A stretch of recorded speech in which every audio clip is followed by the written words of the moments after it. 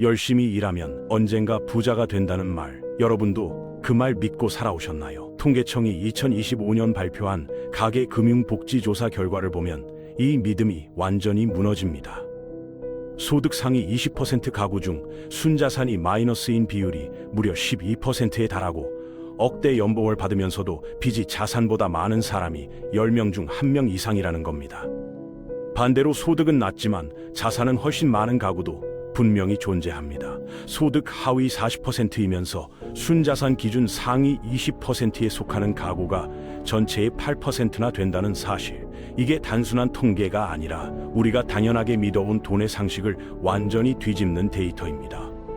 오늘은 그 차이가 어디서 오는지, 왜 열심히 일하는 사람들이 오히려 가난해지는지, 그 구조를 직접적으로 파헤쳐 드리겠습니다. 불편하실 수 있지만 불편할수록 더 들어야 하는 이야기라는 걸 먼저 말씀드립니다.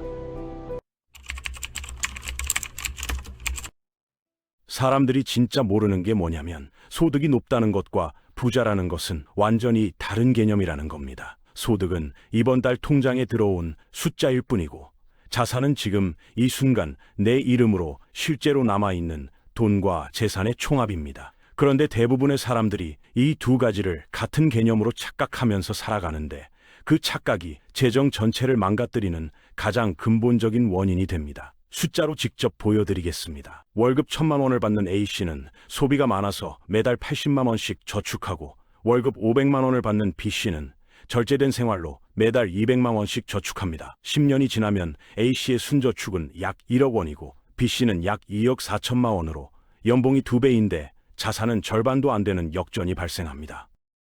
여기서 B씨가 그 저축액을 연 복리 8% ETF에 꾸준히 투자했다면 10년 후 자산은 약 3억 6천만 원까지 올라갑니다. A씨가 같은 기간 저축만 했다면 1억 원 언저리에 머무르는 거죠. 연봉 격차보다 소비 습관과 투자 습관이 최종 자산을 훨씬 더 크게 결정한다는 게 이 숫자로 그대로 증명이 됩니다. 그렇다면 왜 고소득자들이 자산을 쌓지 못하는 걸까요? 여기에는 심리적인 이유가 있습니다. 인간의 뇌는 현재 상태를 기준점으로 삼고 그보다 조금 더 좋은 것을 계속 욕망하도록 설계되어 있는데, 심리학에서는 이것을 쾌락 적응이라고 부릅니다. 연봉이 오르면 소비 수준도 자동으로 따라 올라가는 게 당연하게 느껴지는 건 바로 이 메커니즘 때문입니다.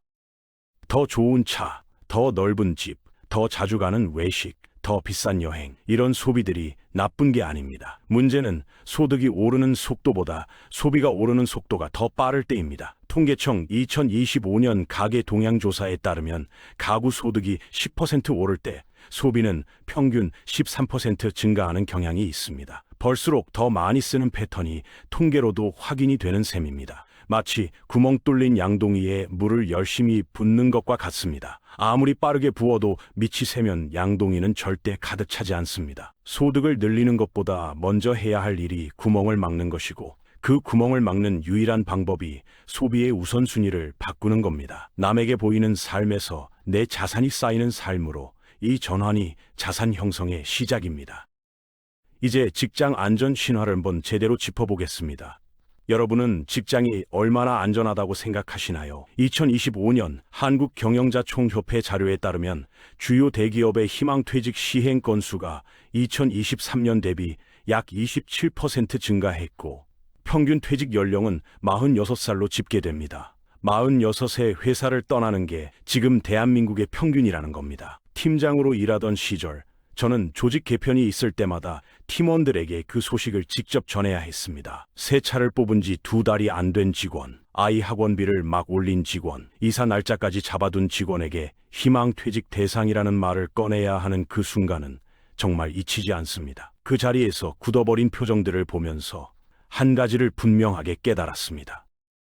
그분들이 실력이 없었던 게 아니었습니다. 회사의 전략 방향이 바뀌었을 뿐인데 그 변화 앞에 아무런 준비가 되어 있지 않았던 겁니다. 월급 하나에 생계 전부를 걸어둔 구조, 그게 문제의 핵심이었습니다. 내 미래를 회사의 의사결정에 통째로 맡기고 있는 셈이니까요. 직장은 안전망이 아니라 하나의 파이프라인일 뿐입니다. 파이프 하나에만 의존하는 사람과 여러 파이프를 연결해 둔 사람, 파이프 하나가 막혔을 때의 결과는 완전히 다릅니다. 한국금융연구원이 2025년 발표한 자산 형성 구조 보고서를 보면 자산 상위 5% 가구의 평균 소득 파이프라인 수는 3.8개인 반면 일반 중산층 가구는 평균 1.2개에 불과했습니다. 숫자가 3배 이상 차이가 납니다.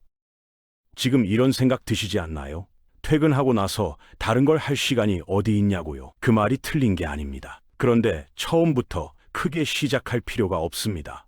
온라인 스마트 스토어 하나하나, 블로그 수익화, 재능 플랫폼 프리랜서 활동, 유튜브 채널, 소형 부동산 월세 수입처럼 선택지는 생각보다 훨씬 다양합니다. 핵심은 완벽한 준비가 아니라 지금 당장 시작하는 겁니다. 하루 2시간을 두 번째 파이프에 집중하는 것, 그 작은 시작이 훗날 회사에 얽매이지 않아도 되는 구조를 만들어줍니다. 부자가 되는 사람들이 처음부터 여러 소득원을 가진 게 아닙니다. 하나씩 만들어간 겁니다. 여기서부터 진짜 재밌어집니다.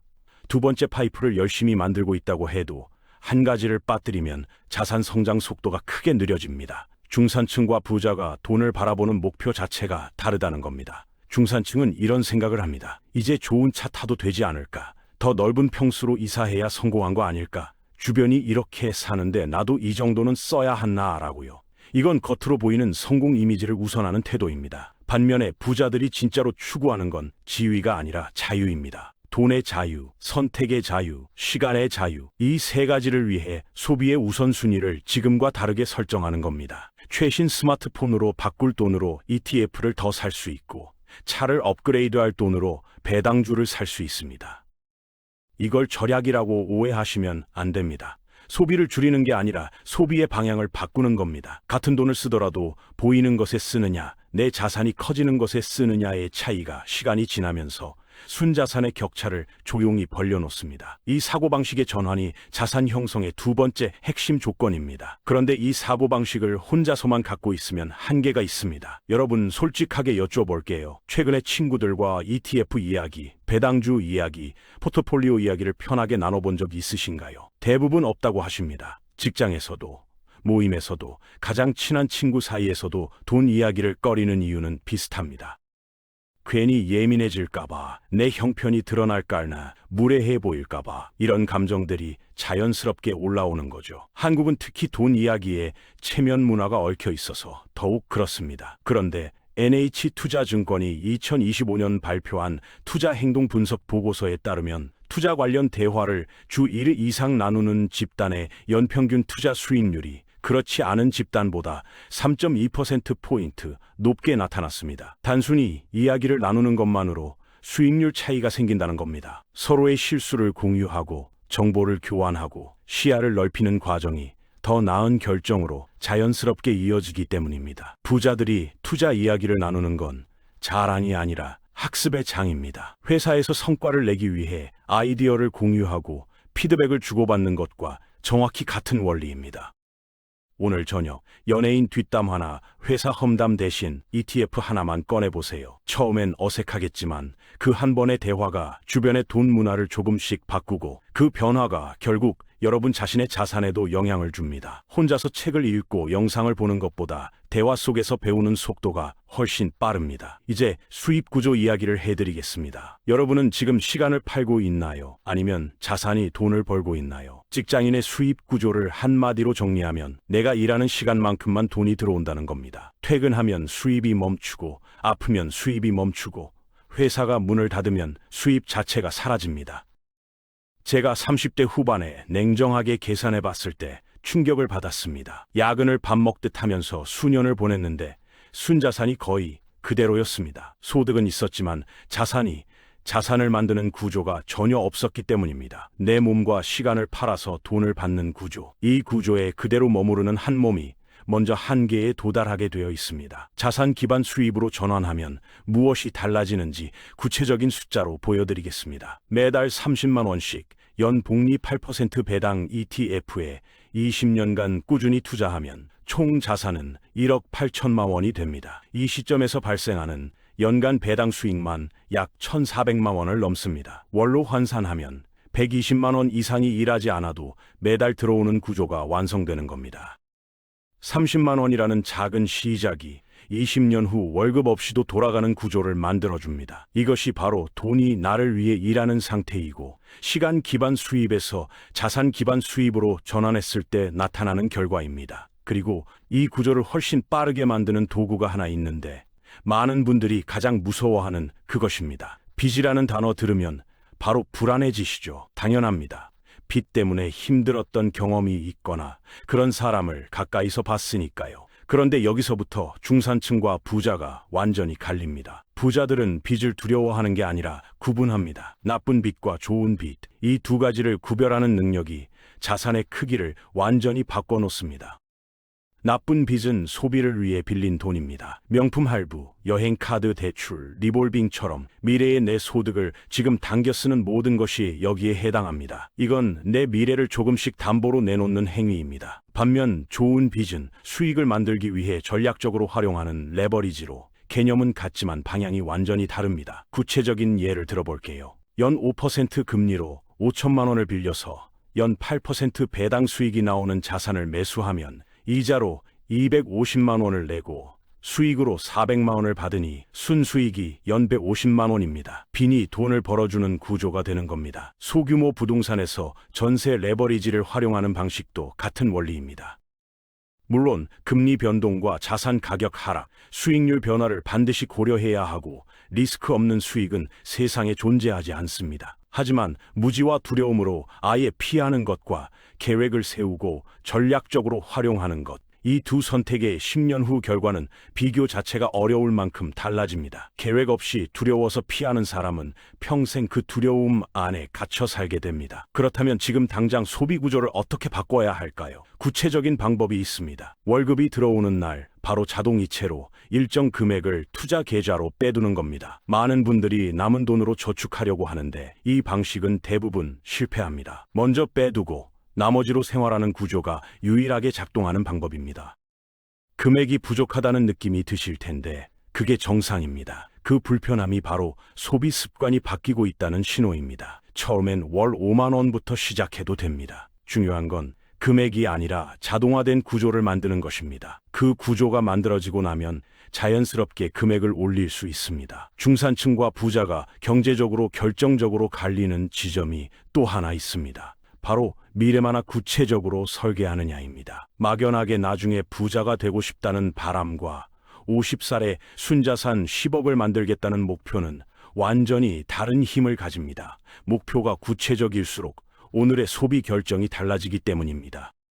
금융감독원이 2025년 발표한 가계 재무 설계 실태 조사에 따르면 구체적인 재무 목표를 갖고 있는 가구의 순자산 증가율이 그렇지 않은 가구보다 연평균 2.8배 높게 나타났습니다. 목표를 쓰는 것 자체가 자산 형성에 영향을 미친다는 겁니다. 오늘 당장 노트에 5년 후 내 순자산 목표액을 적어보세요. 그리고 한 가지 더 말씀드리고 싶은 게 있습니다. 많은 분들이 투자를 시작하기 전에 모든 걸 다 공부한 다음에 하려고 합니다. 그런데 그 완벽한 순간은 절대 오지 않습니다. 시장은 항상 불확실하고 지식은 경험을 통해 완성되기 때문입니다.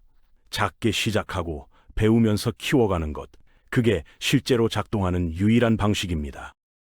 투자를 시작한 지 10년이 지나고서야 깨달은 것들이 있습니다. 완벽한 타이밍은 없다는 것, 분산이 최고의 리스크 관리라는 것, 그리고 시장이 흔들릴 때 팔지 않는 것이 가장 어렵고 가장 중요한 능력이라는 겁니다. 이 세 가지를 처음부터 알았더라면 훨씬 더 빨리 목표에 도달했을 겁니다. 한 가지 더 말씀드리겠습니다. 많은 분들이 투자를 하면서 가장 많이 하는 실수가 단기 성과에 집착하는 겁니다. 주가가 조금 올랐다고 팔고 조금 내렸다고 불안해하며 팔고 결국 제대로 된 복리 효과를 한 번도 경험하지 못한 채 투자가 별 효과 없다는 결론을 내립니다. 그런데 복리는 시간이 충분히 쌓여야 그 진짜 힘이 드러납니다.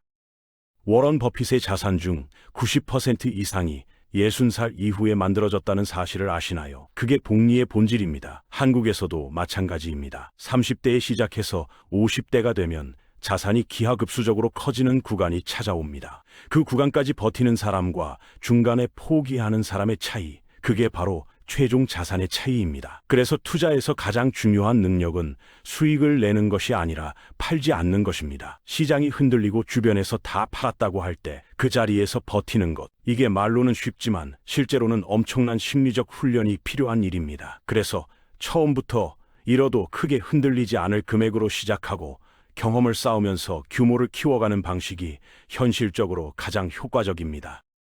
실제로 주변에서 부를 이룬 사람들의 이야기를 들어보면 공통점이 있습니다. 처음에는 모두 작게 시작했다는 겁니다. 처음부터 큰 돈이 있었던 게 아니라 작은 돈을 오랫동안 규칙적으로 움직인 것이 결국 큰 자산이 된 겁니다. 화려하고 빠른 성공 스토리보다 이 단순하고 지루한 이야기가 훨씬 더 강력한 이유입니다. 생활 수준을 의도적으로 조금 낮추는 것. 이게 말처럼 쉽지 않다는 거 압니다. 왜냐면 주변에서 다들 더 좋은 걸 사고 더 좋은 데 가고 더 비싼 걸 먹는데 나만 뒤처지는 것 같은 느낌이 들기 때문입니다. 이걸 심리학에서는 사회적 비교라고 하는데 이 감정이 합리적인 소비 결정을 가장 크게 방해하는 요인입니다. 그런데 사실을 직시해야 합니다. 여러분이 부러워하는 그 사람들 중 상당수가 겉으로 보이는 것과 달리 빚으로 그 생활을 유지하고 있을 가능성이 높습니다. 2025년 한국은행 가계신용통계에 따르면 가계부채 총액이 역대 최고치를 경신하며 소비 목적 부채 비율이 전체의 38%에 달합니다. 보이는 삶이 전부가 아니라는 겁니다. 그래서 남의 삶을 기준으로 내 소비를 결정하는 순간, 그 순간부터 재정적인 자유는 점점 멀어집니다. 내 목표와 내 수입과 내 자산을 기준으로 소비를 설계하는 것. 그게 부자가 되는 사람들의 가장 근본적인 태도입니다. 남들 눈에 보이는 삶보다 내 통장 잔고가 더 중요한 사람이 결국 더 자유로운 삶을 살게 됩니다. 결국 돈은 기술이 아니라 습관입니다. 매달 얼마를 자동이체로 빼두는 습관, 두 번째 파이프를 만들기 위해 하루 2시간을 투자하는 습관, 주변 사람들과 돈 이야기를 편하게 나누는 습관, 빚을 두려워하는 대신 좋은 빚과 나쁜 빚을 구분하는 습관. 이 습관들이 쌓이면 자산이 쌓이고, 자산이 쌓이면 선택이 생기고, 선택이 생기면 자유가 옵니다. 오늘 여러 가지 불편한 이야기를 드렸습니다. 소득이 높다고 부자가 아니라는 것, 직장은 안전망이 아닌 하나의 파이프라인이라는 것, 소비 습관이 연봉보다 자산을 더 크게 결정한다는 것, 남에게 보이는 삶보다 자산이 쌓이는 삶을 선택해야 한다는 것, 돈 이야기를 꺼리면 성장 속도가 느려진다는 것, 그리고 빚도 제대로 알면 강력한 무기가 된다는 것까지요. 이 중에 하나라도 지금 내 이야기 같다는 느낌이 드셨다면 오늘이 바뀌는 시작점이 될 수 있습니다. 아직 늦지 않았습니다. 오늘 할 수 있는 것 딱 하나만 골라보세요. 두 번째, 소득 파이프 아이디어 하나를 메모하는 것. ETF 자동이체 5만 원을 지금 바로 설정하는 것. 오늘 저녁 친구에게 투자 이야기를 한번 꺼내보는 것 중에서요. 그 작은 선택 하용이, 조용히, 그러나 분명하게 5년 뒤, 10년 뒤 여러분의 순자산을 결정합니다. 방향이 맞으면 반드시 도착합니다. 저도 처음엔 아무것도 없이 시작했습니다. 방향을 바꾸는데 용기가 필요했고 실수도 많이 했습니다. 하지만 한 가지만큼은 확신합니다. 여러분도 분명히 할 수 있습니다. 앞으로도 아들에게 꼭 알려주고 싶은 인생의 지혜들 차근차근 올릴 예정입니다. 구독과 좋아요 눌러주시면 다음 이야기도 놓치지 않고 보실 수 있습니다.